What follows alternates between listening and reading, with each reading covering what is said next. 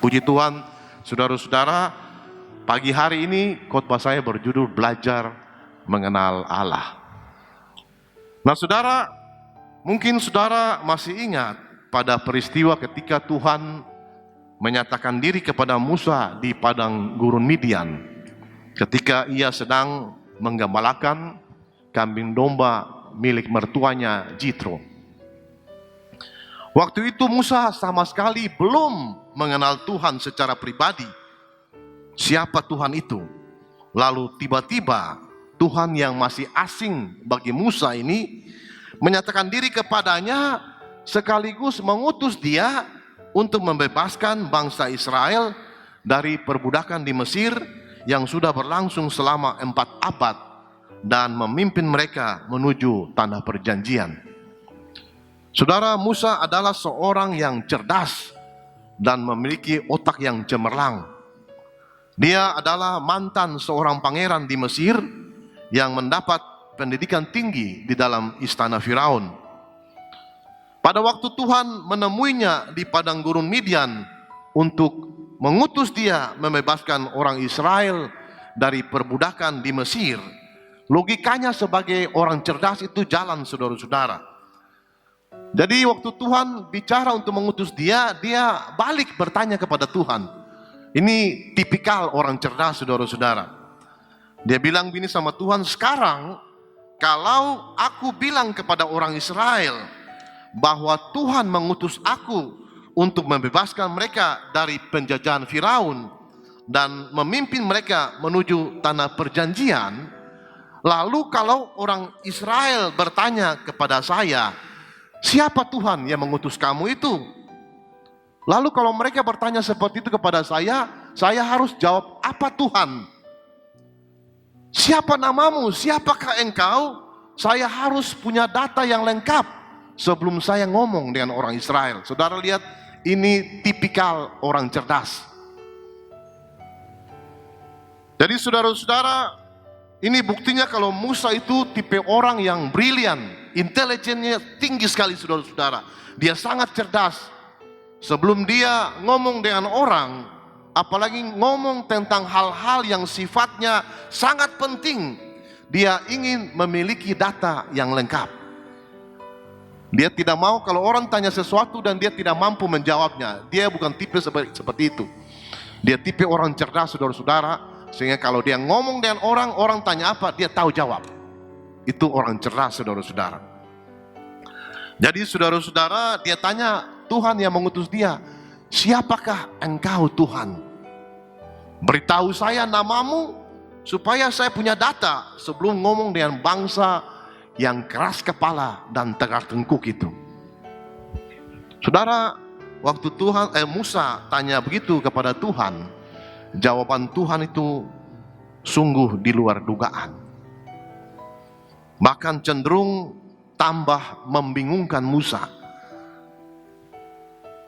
Tuhan jawab begini, saudara-saudara, di dalam Keluaran pasal 3 ayat 14. Waktu Musa tanya, siapakah engkau dan siapakah namamu? Tuhan jawab, aku adalah aku. I am what I am. Lagi firman-Nya, beginilah kau katakan kepada orang Israel itu, akulah aku telah mengutus aku kepadamu. Saudara, kalau saudara menanyakan identitas seseorang, kamu nama siapa? Lalu orang itu jawab, saya adalah saya. Bukankah jawaban seperti ini membuat saudara tambah bingung? Dan itulah Allah kita. Ketika dia menjawab, I am what I am, saya adalah saya, aku adalah aku. Itu artinya orang tidak bisa menebak Allah itu seperti apa. Dan Allah itu apa? Jalan-jalannya pun berbeda dengan jalan-jalan kita. Orang hanya bisa mengenal Allah kalau orang mau luangkan waktunya bergaul dengan Allah dan tidak ada jalan lain. Saudara akan mengenal seseorang dengan benar hanya apabila saudara mau meluangkan waktu saudara yang banyak untuk bergaul dengan orang itu. Saudara, yang menjadi pertanyaan bagi kita semua di pagi hari ini adalah bagaimana caranya bergaul dengan Allah, supaya kita bisa mengenal Dia dengan lebih baik lagi. Saudara, salah satu cara orang bisa bergaul dengan Allah dan mengenal Allah dengan lebih baik, itu dengan jalan ketika Allah memerintahkan Musa untuk membuat kemah suci, yang merupakan cikal bakal daripada bait Allah, atau dalam istilah modern kita menyebutnya dengan istilah gereja. Jadi waktu itu gerejanya dalam bentuk kemah karena orang Israel sementara dalam perjalanan menuju tanah perjanjian. Jadi gereja yang sifatnya permanen, tidak bisa dibangun. Tapi intinya itu gereja. Tapi gereja pada waktu itu sifatnya portable, artinya bisa berpindah-pindah tempat. Kalau orang Israel berkemah di suatu tempat, maka mereka akan membentangkan kemah itu dan jadi sebuah gereja. Kalau mereka mau berangkat lagi, mereka akan menggulung dia punya kemah dan mereka lanjutkan perjalanan mereka lagi. Sifatnya portable, bisa berpindah-pindah. Tapi intinya itulah gereja mula-mula. Saudara-saudara kasih dalam Tuhan Yesus, Tuhan menyuruh Musa membangun atau membuat kemah suci yang merupakan cikal bakal daripada apa yang kita sebut sekarang dengan istilah gereja. Kemah suci atau bait Allah atau gereja adalah tempat pertemuan antara Tuhan dengan umatnya. Tempat di mana Tuhan menjalin dan membangun hubungan kekerabatan dengan umatnya. Tempat di mana Tuhan berbicara dan umatnya mendengar. Tempat di mana umat Tuhan menyampaikan persoalan mereka kepada Tuhan dan Tuhan memberikan solusi kepada mereka. Itu di gereja. Setiap kali Tuhan ingin berbicara kepada orang Israel, Tuhan memerintahkan Musa, Musa beritahu orang Israel supaya mereka berkumpul di kemah suci. Saya ingin berbicara dengan mereka.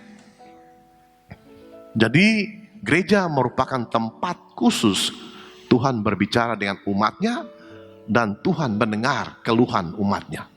Tempat di mana Tuhan dan manusia menjalin hubungan kekerabatan. Jadi setelah orang Israel datang menghadap Tuhan di kemah suci, barulah Tuhan berfirman kepada mereka dengan perantaraan Musa. Saudara, gereja itu penting karena melalui gereja saudara bisa bergaul dan mengenal Tuhan dengan lebih baik lagi. Dan sebagai akibatnya, saudara mengalami pertumbuhan secara spiritual. Untuk bisa bertumbuh secara spiritual, kita harus tertanam di gereja dan tidak ada jalan lain. Seperti kata pemazmur dalam Mazmur 92 ayat 14. Mereka yang ditanam di bait Tuhan akan bertunas di pelataran Allah kita. Amin, saudara-saudara. Berikan kemuliaan bagi Tuhan, haleluya. Jadi saudara, mari kita kembali ke pokok persoalan kita tadi, yaitu tentang siapa itu Allah. Saudara, saya punya pertanyaan yang sangat menarik buat saudara-saudara semua di pagi hari ini. Baik saudara yang mengikuti ibadah ini dari ruangan ini, maupun yang mengikutinya dari rumah melalui televisi atau handphone saudara masing-masing. Menurut saudara, siapakah Allah itu? Laki-laki kah?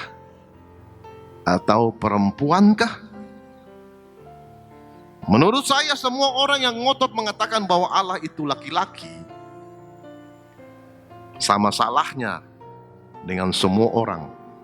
Sama kelirunya dengan semua orang yang mengatakan bahwa Allah itu perempuan. Lalu sebenarnya siapakah Allah itu? Itu juga yang menjadi pertanyaan Musa. Who are you? Tell me. Katakan kepadaku, siapakah engkau sebenarnya? Saudara-saudara kekasih Tuhan, itu yang ditanyakan oleh Musa kepada Tuhan pada waktu pertama kali dia bertemu secara pribadi dengan Tuhan. Siapakah engkau dan siapakah namamu? Jawaban Tuhan adalah aku adalah aku. Allah adalah Allah dan tidak bisa digambarkan dan tidak bisa dijabarkan. Tidak bisa dikatakan pendek atau tinggi. Tidak bisa dikatakan tua atau muda, hitam atau putih, laki-laki atau perempuan. Allah adalah Allah, aku adalah aku, I am what I am. Dia ada di dalam semua dan juga di luar semua. Dia ada di atas semua dan tidak terjangkau oleh siapapun. Tapi saudara, tentu saja kita semua sadar sepenuhnya bahwa Alkitab seringkali menyebut Allah sebagai Bapa. Betul? Yesus juga bahkan mengajarkan kita untuk mengalamatkan doa kita kepada Bapa yang di surga. Yesus juga bahkan pernah menceritakan sebuah kisah perumpamaan tentang anak yang terhilang dan Bapa yang pengasih. Anak yang terhilang adalah gambaran daripada kita orang berdosa, dan Bapa yang pengasih adalah gambaran dari Bapa yang di surga. Dan masih banyak lagi saudara-saudara kisah-kisah dalam Alkitab yang menunjuk Allah itu sebagai Bapa. Lalu kita mengambil kesimpulan Allah itu laki-laki. Saudara, sekalipun demikian menurut saya ada begitu banyak hal dan tindakan yang dilakukan oleh Allah yang lebih pantas digambarkan sebagai tindakan seorang ibu. Dan pada tindakan daripada tindakan seorang bapa. Misalnya saja kisah perumpamaan yang diceritakan oleh Yesus tentang anak yang terhilang tadi. Kisah perumpamaan tentang anak yang terhilang ini benar-benar mengingatkan saya akan sebuah kisah nyata. Saya ulangi sekali lagi, sebuah kisah nyata tentang seorang laki-laki Jawa dengan nama samaran Mas Warno. Namanya ada tapi tidak boleh disebutkan. Kita samarkan saja namanya Mas Warno.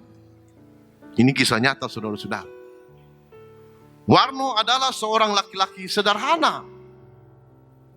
Namun ia mempunyai satu kebiasaan buruk yang hampir sebagian besar anak muda di zaman ini memilikinya.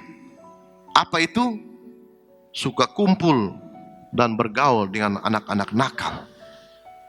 Suka duduk-duduk dengan anak-anak nakal di pos kamling. Saudara, sebaik-baiknya seseorang, namun jika lingkungan pergaulannya ada di tengah-tengah orang-orang nakal, maka suatu waktu nanti orang yang sebenarnya baik ini akan berubah menjadi orang yang nakal. Saudara, belakangan ini karena pandemik virus corona ini, maka saya punya waktu di rumah pada waktu malam itu banyak. Karena tidak ada kegiatan komsel. Jadi saya mengisi waktu saya dengan jalan membaca kisah-kisah tentang para penjahat, bandit, dan gangster terkenal di muka bumi. Saya ingin cari tahu mengapa sampai mereka jadi gangster, jadi penjahat, dan jadi orang-orang yang merupakan musuh masyarakat nomor 1 di dunia. Sudah sekitar 10-an orang saya baca mereka punya kisah hidup, biografi, dari mereka lahir sampai mereka mati. Ada yang mati secara natural, dan ada yang mati karena dibunuh atau dihukum, hukum mati. Dan saudara, 99%, hampir 100%, saya mencatat, para penjahat dan gangster ini, mereka semua hampir 100% lahir di lingkungan yang jahat memang. Mereka lahir di lingkungan yang pada dasarnya merupakan lingkungan orang-orang jahat. Saudara pernah dengar kata Brooklyn? Itu lingkungan orang jahat itu. Brooklyn di Amerika. Sehingga lingkungan pergaulan mereka sejak kecil, dari sejak kecil, ya orang-orang jahat ini. Dan sebagai akibatnya, mereka bertumbuh sebagai orang jahat. Bahkan saudara, saya mencatat ada 1-2 orang di antara para gangster ini, penjahat kaliber nomor 1 di dunia ini, ada di antara mereka yang bahkan sudah sekolah teologi untuk jadi pendeta. Itu mengerikan saudara-saudara menurut saya. Cuma persoalannya mereka tidak pernah melepaskan pergaulan mereka dengan lingkungan yang jahat ini, dengan orang-orang yang jahat ini. Mau sekolah teologi, mau sekolah apa, tetap saja jahat. Itu faktanya seperti itu. Mengapa saya belajar orang-orang jahat punya latar belakang? Karena saya ingin membuat semacam evaluasi terhadap orang-orang di gereja. Kalau dari kecil sudah begini, besar jadi apa saya tahu nanti. Atau kalau sudah seperti begini sekarang saya tahu latar belakangnya seperti apa nanti. Dia punya patron memang ada. Jadi saudara-saudara, ini calon pendeta saudara. Sudah masuk seminari, ingin jadi hamba Tuhan. Tapi karena tidak mau melepaskan pergaulan dengan orang-orang nakal, akhirnya sekolah teologi ditinggalkan. Lalu keluar dari sekolah teologi, lalu membangun sebuah komunitas para penjahat.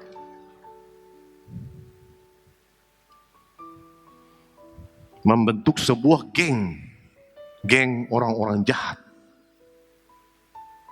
Dari rencana awal mau membentuk sebuah jemaat, menjadi membentuk sebuah geng.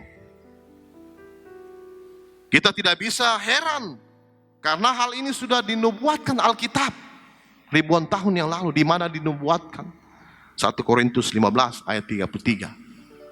Janganlah kamu sesat. Pergaulan yang buruk merusakkan kebiasaan yang baik.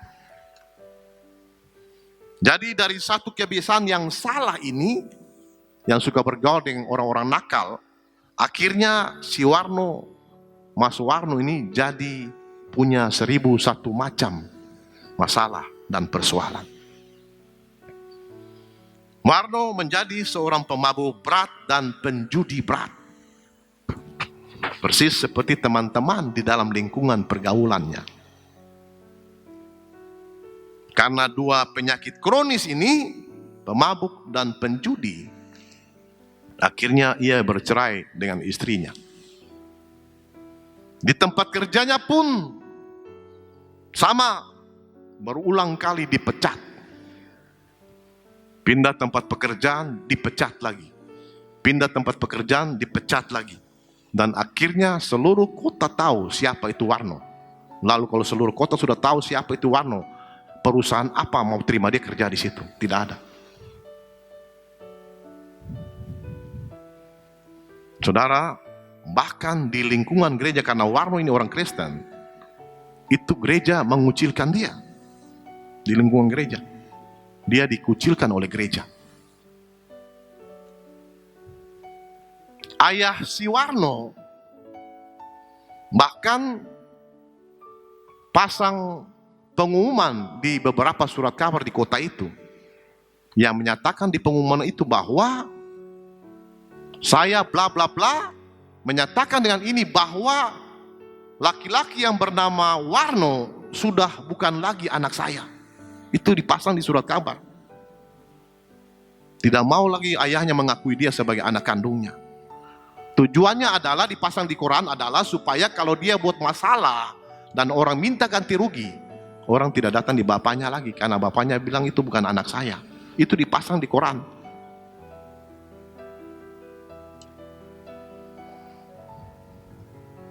Saudara dan saudari Warno ada 6 orang.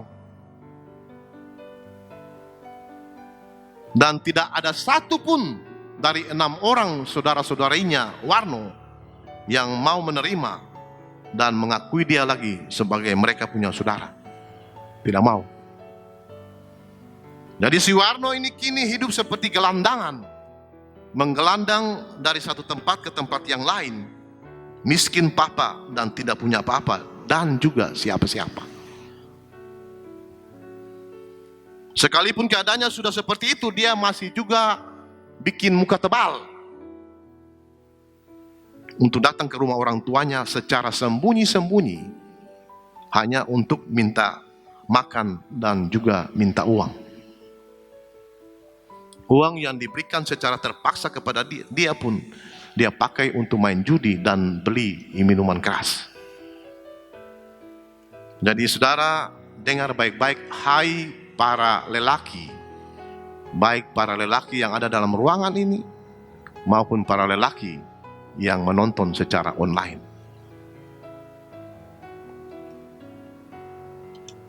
Saudara mesti dengarkan saya baik-baik. Jika saudara punya 3 kebiasaan jelek ini, 1 mabuk, 2 judi, 3 perempuan, sampai mati Anda akan hidup kekurangan dan sengsara. Seberapa banyak pun harta yang Anda miliki saat ini, saudara dengar baik-baik, secara perlahan-lahan, jika 3 kebiasaan jelek ini melekat pada saudara, harta itu seberapa banyak pun habis secara perlahan-lahan. Anda akan mengakhiri atau meninggalkan dunia ini sebagai gelandangan.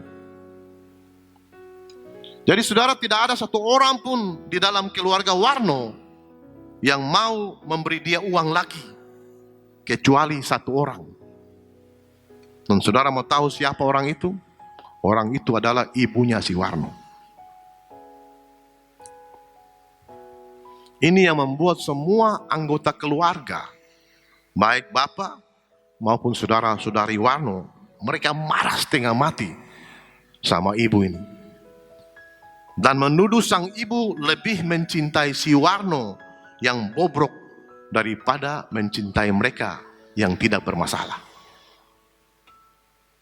Saudara, pada suatu waktu, ini kisah nyata saya kasih tahu, saudara, bukan kisah karangan atau ilustrasi. Suatu waktu Mas Warno ini harus masuk rumah sakit jiwa.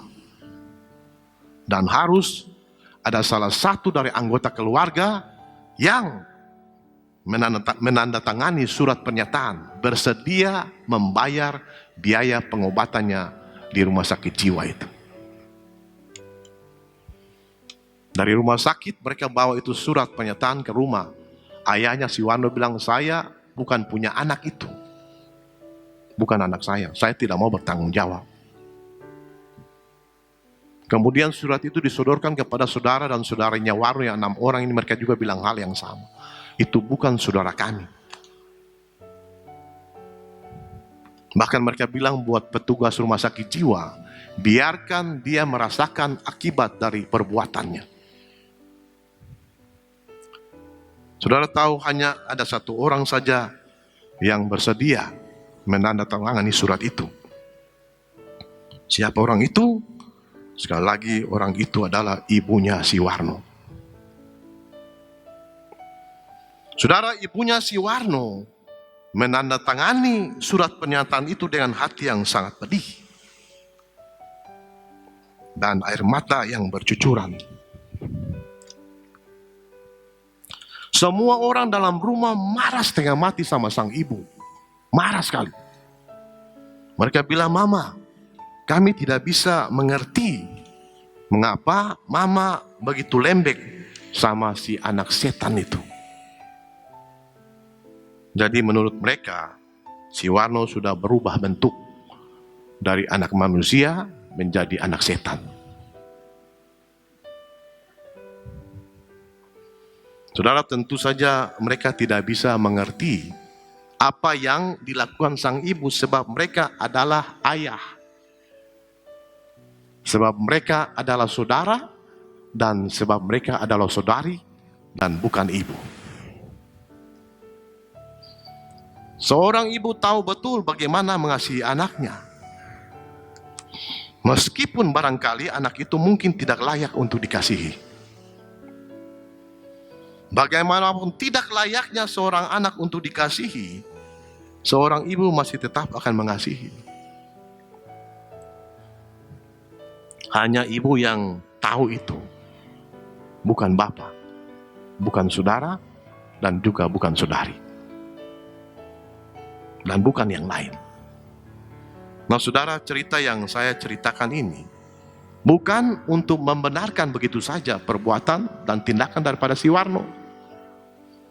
Ya, menurut saya salah tetap salah. Yang Warno lakukan itu betul-betul salah. Tidak bisa dibenarkan. Itu sebabnya saudara mengasihi dengan sungguh-sungguh orang yang salah, apalagi yang sudah menyakiti perasaan kita, itu tidak jarang disertai dengan rasa perih dan rasa sakit yang mendalam di dada. Ibu Siwano menandatangani surat pernyataan bersedia membayar semua biaya pengobatan anaknya dengan air mata yang bercucuran. Dan itulah tindakan Allah kita. Jadi saudara, Allah itu menyayat hatinya sendiri dengan jalan menandatangani surat pernyataan bahwa dia bersedia membayar dosa saudara dan dosa saya. Amin saudara. Dengan jalan menanggung semua akibat yang ditimbulkan di atas kayu salib. Memang tidak sebanding, tapi kasih atau cinta itu selalu lebih besar daripada apapun juga. Lebih besar dari kesalahan yang mungkin dibuat oleh orang yang kita kasihi. Lebih besar dari rasa sakit yang mungkin kita tanggung demi orang yang kita kasihi. Seperti yang saya katakan minggu kemarin, yang namanya cinta selalu disertai dengan pengorbanan, korban perasaan. Saudara, dalam kisah perumpamaan tentang anak yang terhilang, kasusnya juga sama. Ketika anak yang terhilang itu pulang, saudara perhatikan saudara kandungnya sendiri, bukan saudara tiri, saudara kandungnya sendiri, itu protes. Kok bapaknya mau menerima dia dan bahkan bikin pesta penyambutan? Itu logikanya tidak bisa terima itu. Ini apa-apaan menurut saudara dapat anak yang terhilang ini? Menurut kakaknya anak ini sudah bukan lagi bagian dari keluarga ini. Dan memang secara hukum dia sudah bukan lagi bagian dari keluarga ini karena dia sudah mengambil dia punya bagian dan pergi. Jadi tidak ada apa-apanya lagi di rumah ini. Tapi bapaknya dengan hati terbuka dan mungkin saja dengan hati yang tersayat-sayat menerima anak itu apa adanya. Persis seperti tindakan Ibu Siwarno tadi.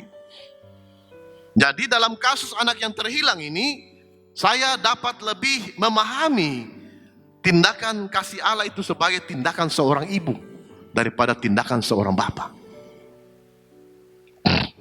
Jadi sebenarnya kita ini sangat beruntung saudara-saudara, sangat beruntung. Dan seharusnya bersyukur karena Allah yang kita imani dan Allah yang kita percayai ini tidak hanya mau bertindak sebagai seorang bapak yang adil, tetapi juga sebagai seorang ibu yang penuh dengan belas kasihan. Amin saudara. Hanya dengan kasih seorang ibulah barulah kita bisa mengerti atau memahami 1 Petrus 2 ayat 10. Kalau tidak susah mengerti hal itu. 1 Petrus 2 ayat 10, kamu yang dahulu bukan umat Allah, tetapi yang sekarang telah menjadi umatnya. Yang dahulu tidak dikasihinya, tetapi sekarang telah beroleh belas kasihan. Saudara tahu tidak? Di dalam perjanjian baru ini, Rasul Petrus mengutip ayat ini, itu dari kisah Nabi Hosea di perjanjian lama.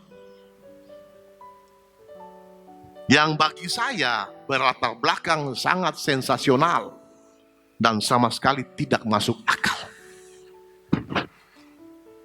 Saya jelaskan tidak masuk akalnya itu di mana. Nabi Hosea diperintahkan oleh Tuhan sendiri untuk menikahi seorang perempuan sundal bernama Gomer, anak perempuan dari Diblaim.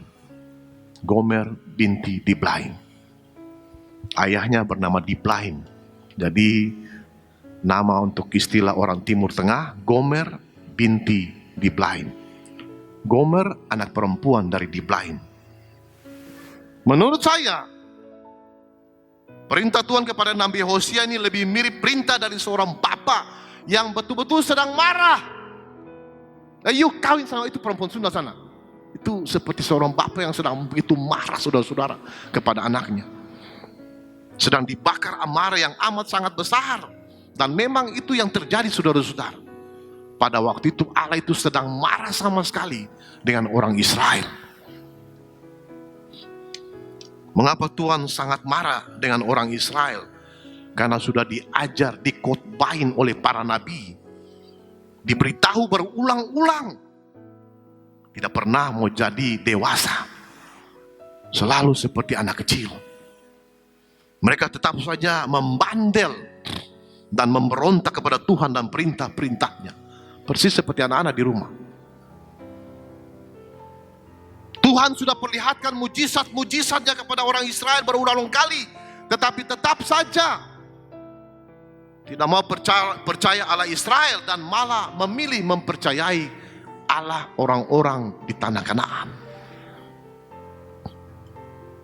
Jadi karena Allah ngomong tidak mau dengar juga, langkah terakhir Allah memerintahkan Hosea memainkan sebuah drama kehidupan yang menggambarkan keadaan orang Israel dan Allah seperti apa.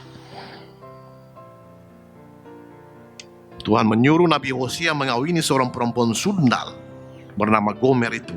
Dan ini adalah gambaran dari orang Israel yang bersinah dengan Allah lain. Gambaran dari orang Israel yang mengawini Allah lain. Gambaran dari orang Israel yang mengasihi Allah lain.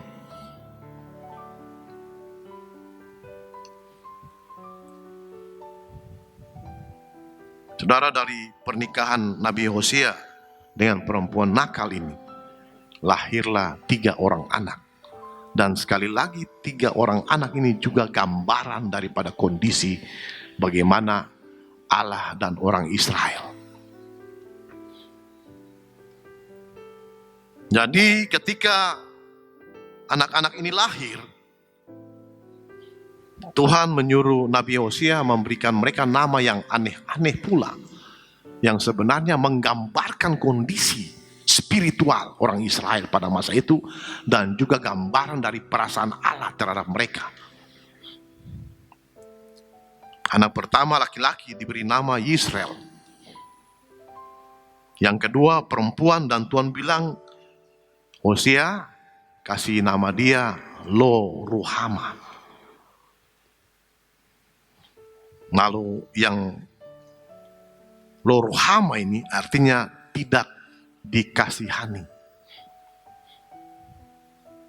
Kemudian anak yang ketiga lahir, dan Tuhan bilang buat Nabi Hosea, kasih nama anak itu Lo Ami, yang artinya bukan umat.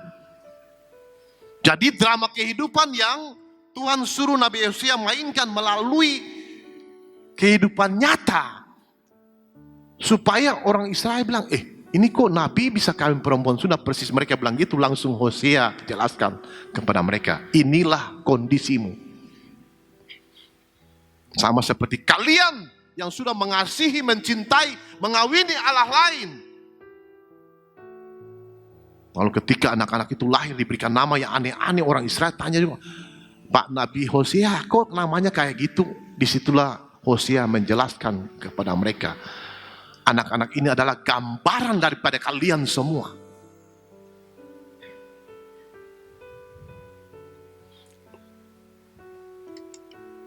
Saudara-saudara kekasih Tuhan. Jadi anak-anak ini merupakan sikap Tuhan juga. Sikap apa? Tuhan berkata, aku tidak lagi mengasihi kamu, dan kamu sudah bukan lagi anakku. Lo Ruhama, Lo Ami. Ketika orang Israel tanya, Bapak Hosea kenapa kasih nama dia Lo Ruhama? Hosea bilang, inilah kondisi spiritual kamu. Inilah kondisi hati Tuhan, sikap Tuhan terhadap kamu. Saya kasih nama dia Lo Ruhama, karena kamu dengar baik-baik. Kamu sekarang sudah bukan umat Tuhan lagi, dan Tuhan tidak lagi mencintai kamu. Orang Israel kaget setengah mati, saudara-saudara. Jadi semua ini menggambarkan sikap sang Bapa yang sedang marah kepada anak-anaknya. Tuhan ingin menunjukkan bahwa sebagai seorang bapa, dia sangat marah sama anak-anaknya, yaitu Israel. Karena ketidaksetiaan mereka. Israel adalah Lo Ruhama dan Lo Ami. Tuhan di sini menggambarkan dirinya bagaikan seorang bapa yang sedang marah kepada anak-anaknya. Kamu Lo Ruhama, aku tidak mengasihi kamu lagi. Dan kamu Lo Ami, kamu bukan lagi umatku. Bapa marah besar kepada anak-anaknya. Lo Ruhama, karena aku tidak lagi menyayangi kamu Israel. Dan sama sekali lagi tidak akan mengampuni kalian. Saudara, itu Allah marah besar, sangat marah. Dan Lo Ami, karena kamu ini bukanlah umatku dan aku ini bukanlah Allahmu. Saudara, kalau sampai Allah bilang kamu ini Lo Ami, kamu ini bukan umatku dan aku ini bukan Allahmu, lalu kita mau cari Allah yang mana lagi? Ngeri saudara-saudara membayangkan itu. Ngeri.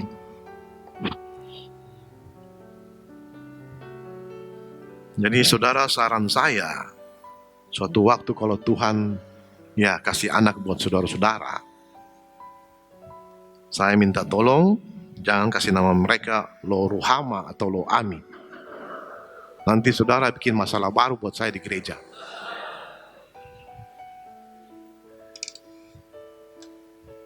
Jadi saudara-saudara, kita patut bersyukur kepada Tuhan. Karena Dia tidak hanya menyatakan diri sebagai Bapa yang marah, tapi juga sekaligus menyatakan diri sebagai ibu yang mau menerima dan mengampuni. Kayak Ibu Warno menerima Warno apa adanya. Di pasal 2 ayat 20 dan ayat 22 Tuhan berfirman begini saudara-saudara. Inilah tindakan seorang ibu. Maka pada waktu itu demikianlah firman Tuhan.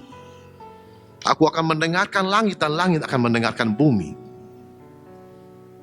Aku akan menaburkan dia bagiku di bumi dan akan menyayangi Lo Ruhama. Tadi Tuhan bilang saya tidak akan menyayangi kamu lagi dan tidak akan mengampuni kamu lagi. Tapi sekarang Tuhan bilang aku akan menyayangi Lo Ruhama. Dan aku berkata kepada Lo Ami, umatku engkau. Tadinya Tuhan bilang you bukan lagi umatku dan aku ini bukan Allahmu. Dan ia akan berkata, my God, Allahku. Inilah latar belakang dari surat Petrus yang kita baca tadi itu. Jadi orang kalau tidak mengerti latar belakangnya, jangan terjemahkan itu surat Petrus, jangan. Kalau Anda tidak mengerti latar belakang. Kamu yang dahulu Lo Ami, sekarang telah menjadi Ami. Lo-nya Tuhan hilangkan. Sekarang saya mau menerima engkau. Kamu yang dahulu Lo Ruhama, sekarang aku hilangin rohnya, tinggal Ruhama. Sekarang telah beroleh Ruhama daripada aku, belas kasihan daripada aku. Kamu yang dahulu tidak kukasihani, sekarang kukasihani. Kamu yang dahulu bukan umatku, sekarang adalah umatku. Saudara, pola yang sama juga kita bisa lihat sesaat setelah manusia pertama di muka bumi jatuh dalam dosa. Adam dan Hawa. Allah sebagai Bapa segera datang dengan amarah yang meluap-luap. Dan ketika dia sampai di tempat kejadian perkara, mereka bertiga di situ. Ular, Adam dan Hawa.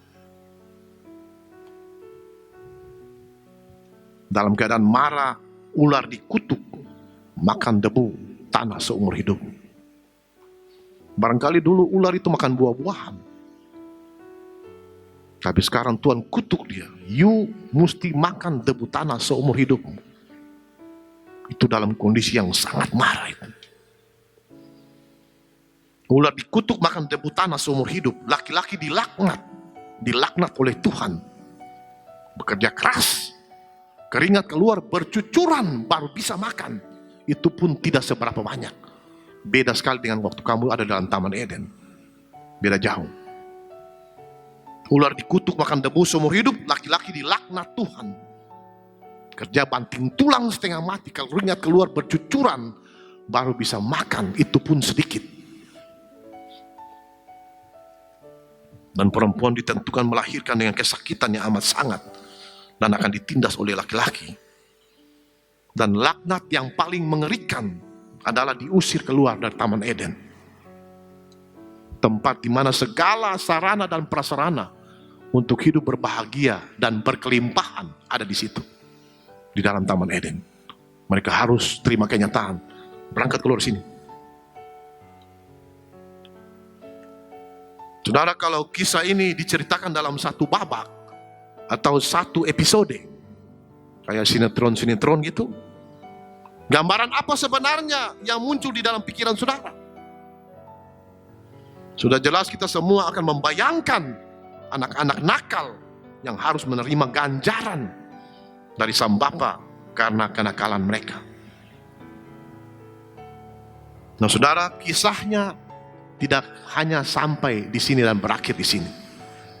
Karena kemudian ada kisah lanjutan yang sangat mengharukan. Allah yang marah itu memberikan pakaian dari kulit domba kepada Adam dan Hawa. Karena tidak sanggup melihat mereka kedinginan di luar Taman Eden. Gambaran apa yang bisa kita tangkap di sini kecuali gambaran seorang ibu yang dengan amat sangat berat hati melihat anak-anaknya diusir pergi dan tidak membiarkan mereka pergi tanpa membekali mereka dengan sesuatu. Ya, benar, Adam dan Hawa harus menanggung konsekuensi akibat ketidaktaatan mereka kepada perintah Tuhan.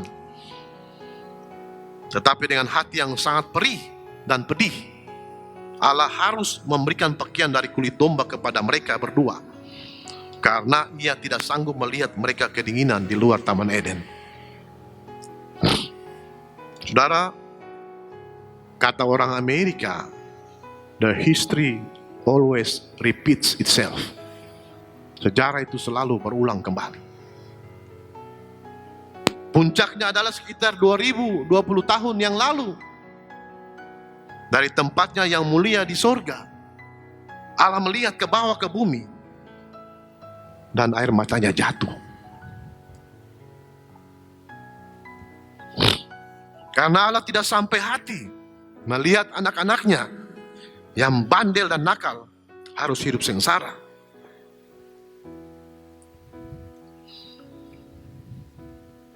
Hidup dalam kemiskinan, hidup dalam kemelaratan, hidup dalam kekurangan, dan hidup dalam kutuk dikarenakan harus tinggal di luar Taman Eden di kota ini. Karena dosa dan kejahatan yang mereka lakukan.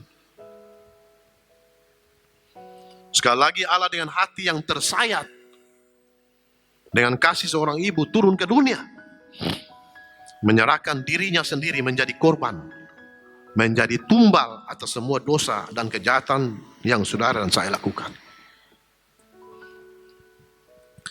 Dia rela sengsara supaya saudara dan saya tidak perlu sengsara.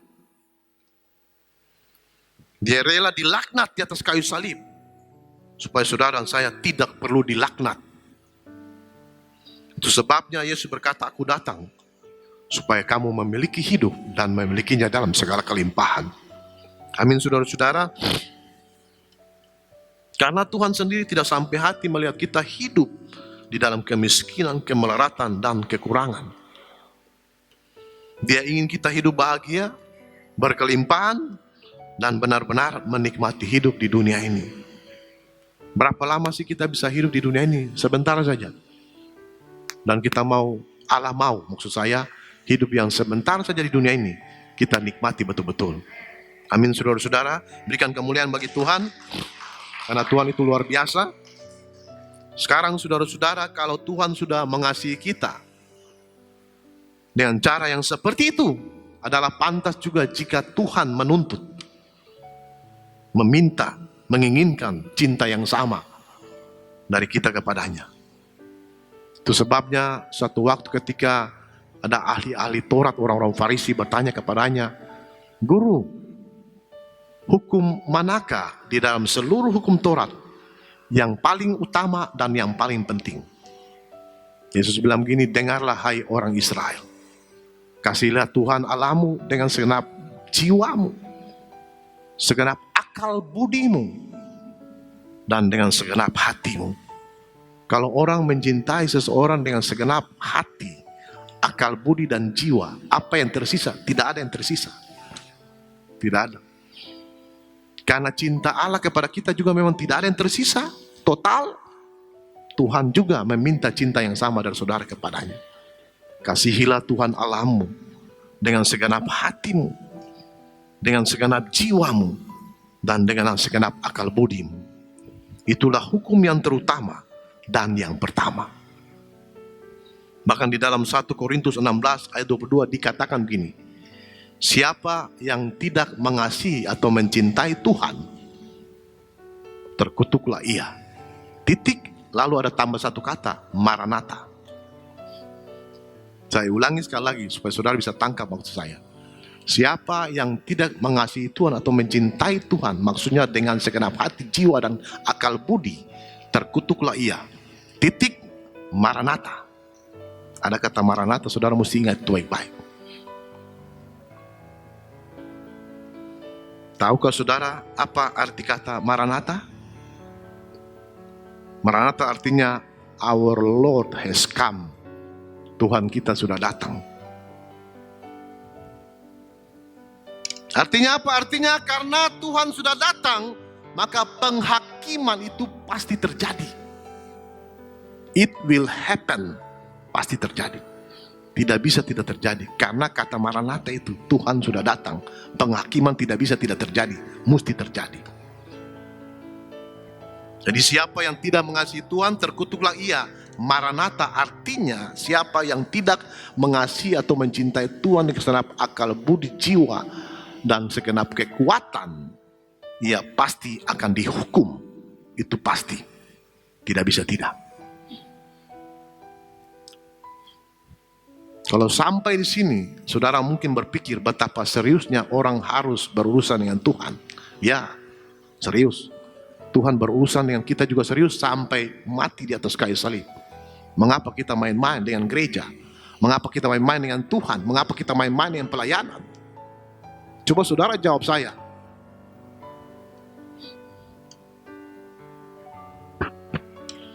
Pertanyaan terakhir sebelum saya selesai. Apa inti daripada pengajaran firman Tuhan di pagi hari ini? Apa tujuan kita belajar mengenal Allah di pagi hari ini? Supaya konsep berpikir kita tentang Allah berubah sesuai dengan yang Tuhan mau. Itu artinya kita harus membuat keputusan, saya harus berubah dan tidak ada jalan lain. Itu yang seringkali saya bilang buat saudara-saudara, mulai dari gereja ini sudah ada sampai hari ini. Berubahlah. Cuma persoalannya sekarang adalah berubah itu perlu waktu. Dan bukan waktu yang sedikit, waktu yang panjang dan lama. Untuk sesuatu menetap di kepala kita dan menjadi sebuah karakter atau sikap atau kebiasaan, memerlukan waktu bertahun-tahun. Itu persoalannya di situ sudah. Jadi saya sangat sedih kalau orang tidak berubah hari ini. Itu dia.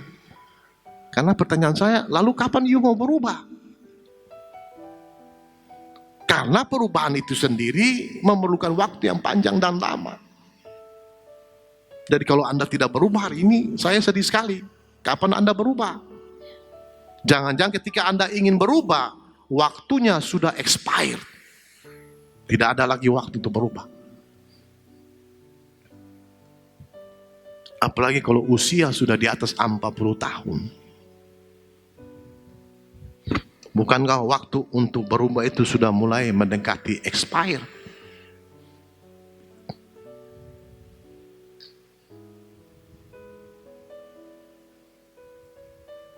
Kalau saudara dengar firman Tuhan yang saya sampaikan dari mimbar ini, ataupun melalui pengajaran komsel. Dan ada hal-hal dalam hidup saudara yang saudara harus ubah. Ya, berubahlah hari ini. Saya cuma khawatir, saudara-saudara. Saya cuma khawatir. Ketika Anda ingin berubah, waktunya sudah tidak cukup untuk berubah. Karena untuk berubah diperlukan waktu yang lama dan panjang. Karena itu kata firman Tuhan, today, if you hear His voice, hari ini jika engkau mendengarkan suaranya, do not harden your heart. Jangan keraskan hatimu. Bertobatlah dan serahkan hidupmu kepada Tuhan. Tidak ada jalan lain.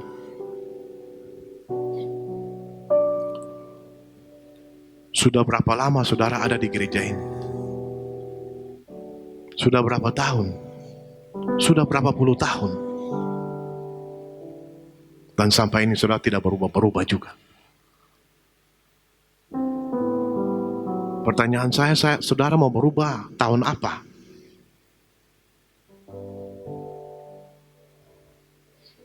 Sekali lagi saya khawatir ketika saudara mau berubah, waktunya sudah tidak cukup lagi. Jadi saudara-saudara, bertobatlah, serahkanlah hidupmu kepada Tuhan, dan mulailah berubah hari ini juga. Sebelum waktu anugerah Tuhan bagi saudara untuk berubah, itu sudah tidak ada lagi. Dan semua yang percaya, sama-sama kita katakan, amin. Saudara bisa tangkap maksud saya? Berikan kemuliaan bagi Tuhan, haleluya.